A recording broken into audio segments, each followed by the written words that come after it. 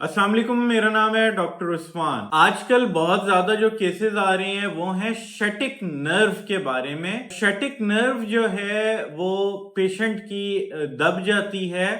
इसका सारा प्रोसीजर क्या होता है, क्या ट्रीटमेंट होता है, किस तरह से मामलात होते हैं। सबसे पहली चीज, होता क्यों है। नंबर 1, आप कोई वजन उठा लें। नंबर 2, आप कोई चीज खींच लें, ड्रैग कर लें।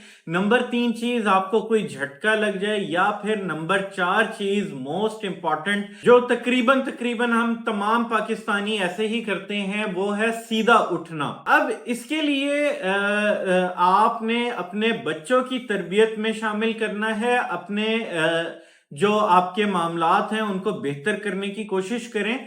आपने जब भी सो के उठना है तो हमेशा करवट लेनी है। करवट लेके कोनी पे वजन देके उठना है। अब होता यह है कि हमारी जो स्पाइन है उसमें मोहरों के दरमियान में एक एक डिस्क होती है।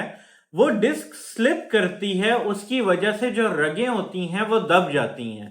अगर L3 L4 के दरमियान की डिस्क या फिर L4 L5 के दरमियान की डिस्क आपकी बल्ज होती है तो वो डायरेक्टली कंप्रेस करती है या दबाती है, पिंच करती है आपकी शटिक नर्व को। शटिक नर्व ऐसी नर्व है जो शुरू होती है आपके या फिर दबती है आपके L3 L4 L5 की डिस्क के नीचे, और वो आपके हिप जॉइंट से होती हुई पूरे पांव की एड़ी तक जाती है।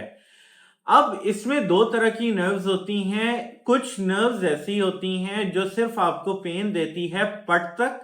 कोई ऐसी नर्व होती है जो आपको थाइस तक देती है, कोई पूरे पैर तक देती है।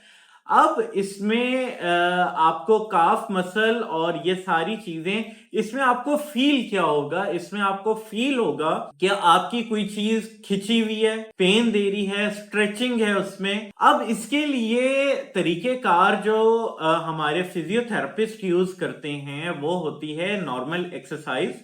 वो एक्सरसाइज ऐसे करवाते हैं कि आपको स्ट्रेच देते हैं और स्ट्रेच करवा के आपकी जो फंसी हुई रग होती है उसको निकालने की कोशिश करते हैं। अब जब नर्व निकलती है तो फिर उसको टाइम लगता है अपनी स्ट्रेंथ को रीगेन करने में। अब सवाल यह है, आप 6 महीने की जब फिजियोथेरेपी करवाएंगे तो क्या आपकी वो रग निकल जाएगी?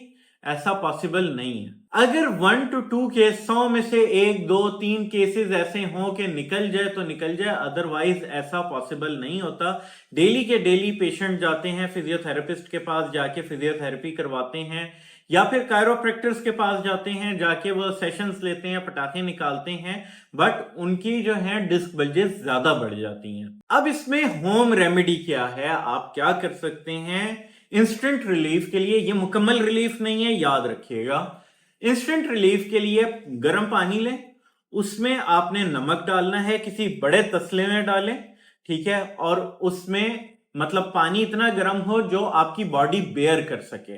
आपने उसके अंदर बैठना है तकरीबन 15 से 20 मिनट के लिए। आपकी कमर जब टकोर होगी तो आपकी नर्व्स जो हैं वो थोड़ी सी देर के लिए सुकून में आएंगी। नंबर 1। नंबर 2 चीज ये है कि आपने अपनी स्ट्रेचिंग करनी है खुद से। आपने सीधे खड़े होकर पैरों को अपने हाथ लगाना है। अब पेशेंट ये कहता है कि डॉक्टर साहब हम हिल नहीं सकते, रकू नहीं कर सकते, आप पैरों को हाथ लगवाने की बात कर रहे हैं।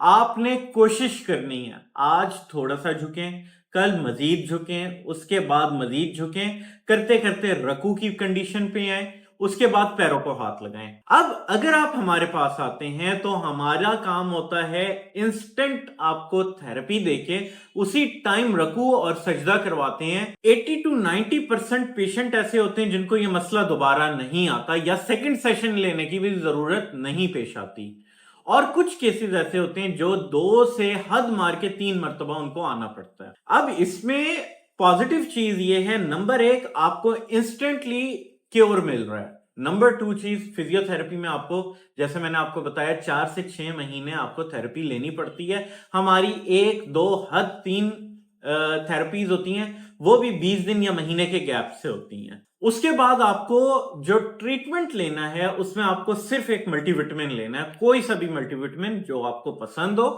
सर्बेक्स जी है, सर्बेक्स टी है, रेविटेल मल्टी है, कोई भी आप ले सकते हैं। ये जो आपको सूट करे आप वो लें, ठीक है। आपका ये मामलात बेहतर होना शुरू हो जाएंगे। तो अगर आपको इस तरह के दर्द हैं कि बर्दाश्त में नहीं है, तो आप हमारे पास आए, नहीं तो कोशिश करें आप होम रेमेडीज लें।